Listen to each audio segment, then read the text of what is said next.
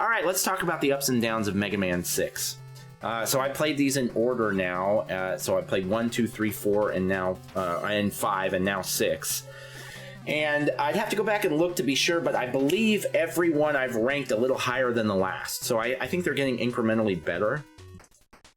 Mega Man 5 was my favorite because I thought it had a good balanced difficulty where it was very tough but not terribly unreasonable.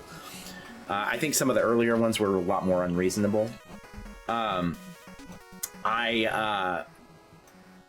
loved the boss fights. So 5 is my favorite so far. I don't like this one quite as much as 5, and I'll tell you why. Number one, I think the boss fights are good, but not as good. There's nothing quite as inventive with these boss fights as something like Gravity Man in Mega Man 5. And there were a couple others in Mega Man 5 that were really inventive.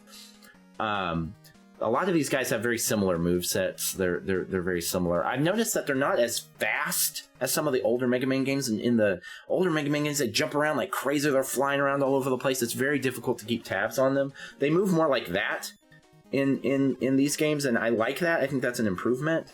But that was also true in 5, so that's not really an improvement for this game specifically. I think a lot of the movesets were very similar. A lot of them look like that. I think 5 was a little bit more inventive than this one, but it was still very good. It's still Mega Man, it's still awesome. It's still great. I highly enjoyed this game, but I don't think I liked it as much as 5 because of the bosses. And I don't know what it is, but in Mega Man 3 and 4, there were all these mini bosses in the middle of the levels that were super fun to play. Mega Man 5 had like 1. That was my only problem with Mega Man 5. And this one only had like 2 or 3. I don't know why they got away from that, because I really enjoyed those parts of the levels. They really broke up the monotony of the levels. The levels are all still great, don't get me wrong, but I would like to see more of that. The changes to the formula, I thought, one of the things that I thought was really cool was being able to have like the jet power and the power suit, and not have to worry about running out of energy for them, because that was such a pain in the ass in the original games. It's still a pain in the ass to run out of energy on your boss powers, but that's just part of Mega Man. And it was cool to have like a suit where I could just fly around indefinitely. That really changed up the formula for me. I thought that was a really cool addition.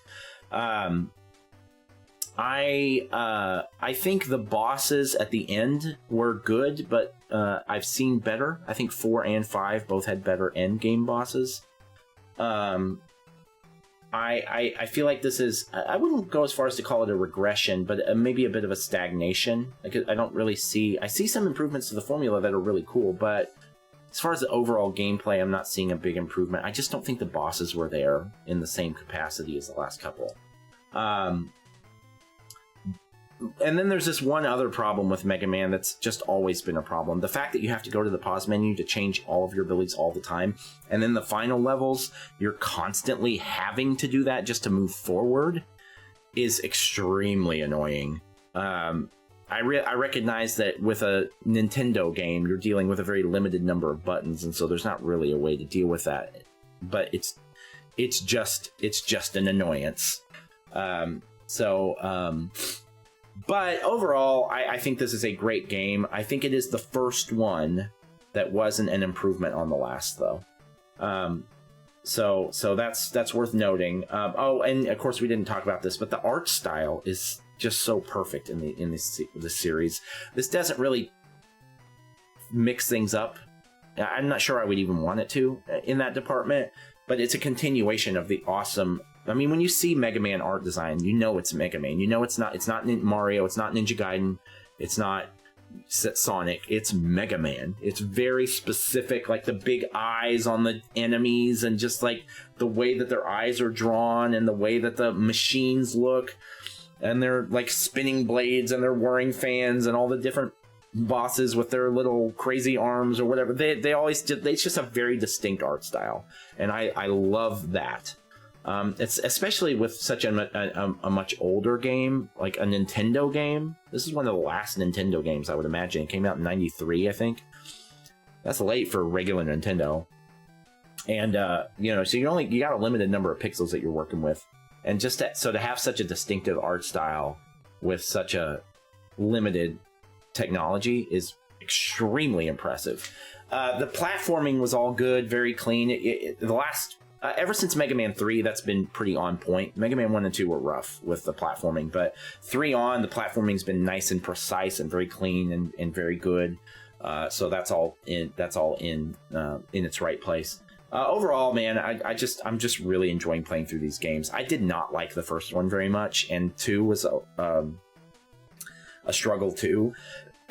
Excuse me. But ever since then, 3, 4, 5, and 6 now, they've all been incredible games. I love them.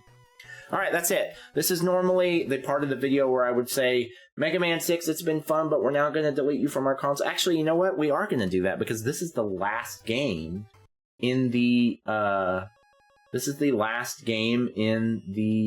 Mega Man Legacy Collection. So we will go ahead and say, Mega Man Legacy Collection, it's been a blast. But we are now going to delete you from our console and never play you again. Bye. Thank you, Mega Man.